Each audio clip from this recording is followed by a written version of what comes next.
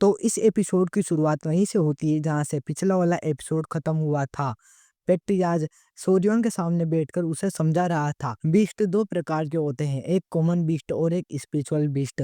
Normal poison का use करने के लिए हम कॉमन बीस्ट का उपयोग करते हैं, लेकिन अगर देखा जाए तो स्पिरिचुअल बीस्ट वो अलग प्रकार के होते हैं। उनके अंदर खुद की एक इंटेलिजेंस ही होती है और उनके अंदर खुद का एनकोर भी होता है। वो अपने हिसाब से सोच समझ सकते हैं। तो सोर्योंग भी कहता है इसका मतलब मेरे पास स्पिरिचुअल बीस्ट है, तो वो भी कहता है पैक्ट्रियाज भी हाँ बिल्कुल। तभी गेन पैक्ट्रियाज कहता है और हमारी 5 वेनेमस रिटर्निंग टेक्निक वो एक लिमिटेड टेक्निक है जो कि नॉर्मल कॉमन बीस्ट को उपयोग करके सीखी जाती है, लेकिन देखा जाए तो उसकी ओरिजिनल फॉर्म उसमें स्पिरिचुअल बीस्ट के पोजन का यूज होता है, 5 स्पिरिचुअल बीस्ट के पोजन का, जिसमें से 2 तुमने फुलफिल कर दिए हैं। बस हमें एक सांप, बिच्छू और मेंढक की आवश्यकता है, उसके बाद तुम इस डिवाइन आर्ट को सीख सकते हो। तभी सोर्योंग भी कहता है लेकिन गेकोज के अंदर भी ज़हर होता है क्या? तो वो भी कहता है देखा जाए तो उनके अंदर एक्सट्रीम कोल्ड एनर्जी होती है जो कि किसी भी इंसान को जमा सकती है। तो वो भी कहता है क्या सच में? तभी पेप्रियाज कहता है अगर देखा जाए तो तुम्हारे पास 2 रास्ते हैं। पहला रास्ता, या तो तुम अपने क्रिएचर्स का पॉइजन का यूज करो और पावरफुल बन जाओ, या फिर अपनी 10 पॉइजनस बॉडी आर्ट को कल्टीवेट करो।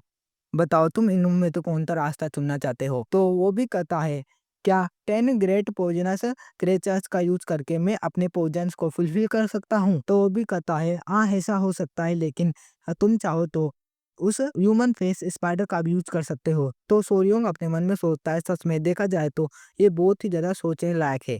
मैं गेकोज का यूज कर सकता हूँ और पावरफुल बन सकता हूँ, लेकिन मेरे पास एक और रास्ता है और वो है मेरी 10 पॉइजनस बॉडी आर्ट को कल्टीवेट करने के लिए मैं और भी ज़्यादा स्ट्रॉन्ग बन सकता हूँ। बेसिकली ये और भी ज़्यादा पावरफुल बनने की टेक्निक है और ये इस तरह है जैसे मानो मेरे पास 2 रास्ते हैं। पहला, मेरे को एक स्किल ट्री चुनना है। अगर स्किल बेकार हुई तो मैं हार जाऊँगा, लेकिन स्किल अच्छी हुई तो मैं जीत जाऊँगा और स्ट्रॉन्ग बन जाऊँगा। तभी पेप्रियाज़ कहता है सोर्योंग अपनी 5 वेनेमस आर्ट को तुम चाहो तो कल्टीवेट कर सकते हो और इसलिए बहुत ही ज़्यादा इनक्रेडिबल मार्शल आर्ट है। तो तुम ध्यान से सोचना और इसे ध्यान से सुनना। ये सुनकर तो गाइस सोर्योंग अपने मन में सोचता है सच में मैं बहुत ही ज़्यादा मुसीबत में हूँ।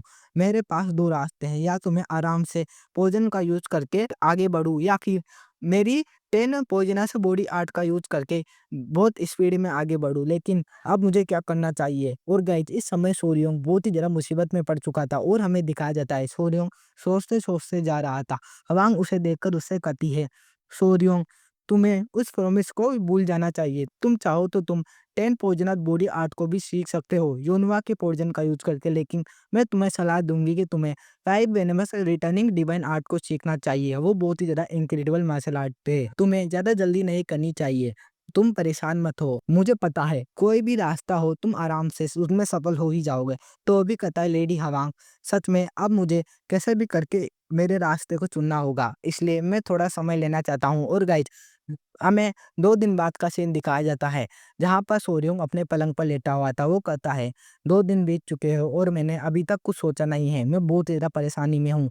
और वो अपने गेकोज़ से कहता है मैं बहुत ही ज़्यादा परेशान हूँ, बहुत ही ज़्यादा परेशान। मुझे क्या सुनना चाहिए गाइज़ जल्दी बताओ। तभी पीछे से लेडी हवांग आती हुई कहती है सोर्योंग वो बहुत ही ज़्यादा घबराई हुई थी। तो सोर्योंग भी कहता है क्या हुआ? तो वो भी कहती है वो ब्लू स्पॉटेड सेंटीपीड उनकी स्किन धीरे-धीरे उतर रही है। तो वो भी कहता है क्या सच में? और वो वहाँ पे पहुँच जाते हैं। तभी सोर्योंग कहता है गाइज़ अब तुम और भी ज़्यादा बड़े होने वाले हो। मैं तुम्हें देखना चाहता हूँ। अब तुम्हारे शरीर के अंदर और भी ज़्यादा बदलाव होंगे। तभी हवांग भी कहती है क्या सच में? अब वो अपने अपीयरेंस को चेंज करने वाले हैं। तो सोर्योंग भी कहता है हाँ, और उनके ऊपर ब्लू स्पॉट आ जाएँगे।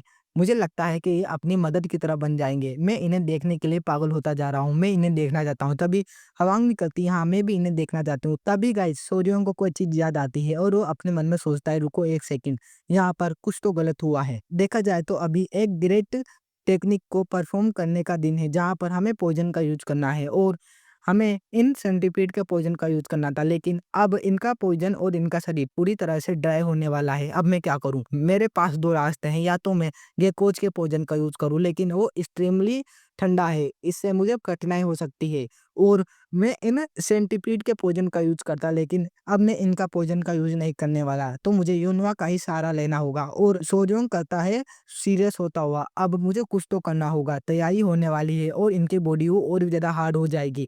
1 दिन तक इनकी बॉडी हार्ड ही रहेगी, अब मैं क्या करूँ? तभी वो कहता है अचानक कुछ दिनों बाद ही वो चीज़ होने वाली है, तो अब मुझे क्या करना चाहिए? तभी हमें 2 दिन बाद का सीन दिखाया जाता है, जहाँ पर एक टब था और सोर्योंग बताने लगता है, अंततः यहाँ वो एक गेट टेक्निक को परफ़ॉर्म किया जाने वाला है।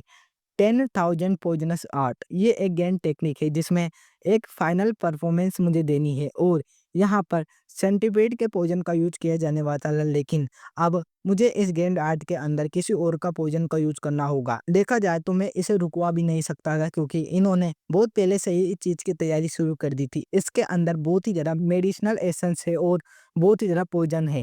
अलग-अलग पत्तों और हर्ब्स को इसमें डाला गया है, जो कि बहुत ही ज़्यादा रेयर है। ये साउंड सुनने में तो गाइस बहुत ही ज़्यादा सिंपल लग रहा था, लेकिन ये बहुत ही ज़्यादा प्रीशियस मेडिसिन हर्ब्स थी। अब कैसे भी करके मुझे इसमें सफल होना ही होगा और ये मेरे लिए बहुत ही ज़्यादा स्ट्रगल भरा है, क्योंकि अगर मैं फेल हुआ तो ये पूरा का पूरा फेंक दिया जाएगा और अब मेरे पास इसके अलावा कोई ऑप्शन भी नहीं है।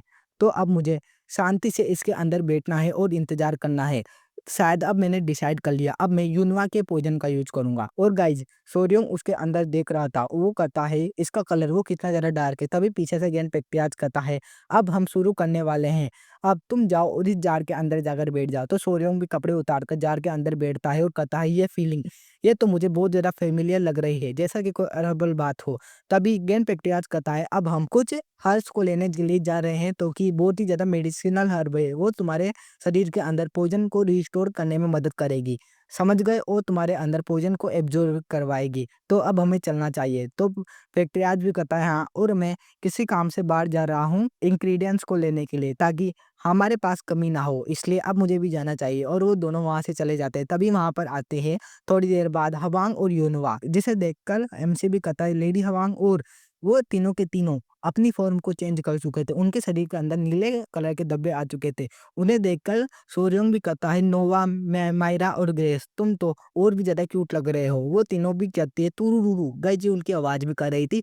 तभी सोर्योंग उन्हें देखता हुआ कहता है सच में अब ये बदल चुकी है, जैसा मैंने इन्हें इतना ज़्यादा एक्सपेक्ट किया था, लेकिन ये इतने भी ज़्यादा नहीं बदले। तभी वो उन तीनों से कहता है तुम्हें अपने डैड को देखकर अजीब लग रहा है, क्योंकि वो किस पोजीशन में बैठे हुए हैं। तभी सोर्योंग कहता है अपनी मदर के पास चले जाओ, वरना तुम खतरे में पड़ सकते हो। तो दो तो चले जाते हैं गाइज, और नोवा वहीं पर ही रुक जाती है। हवांग भी कहती है जल्दी मेरे पास आओ। तभी नोवा जैसे ही हटने वाली थी, तो उसका एक कान उस डार्क पोजन के अंदर आ जाता है और उसे दर्द होने लगता है। वो चिल्ला रही थी। सोर्योंग भी कहता है नोवा क्या हो गया, और हवांग कहती है नोवा तुम्हारे साथ क्या हो रहा है, और वो एक ही दम से उसके पास जाकर उसे दूर हटाती है।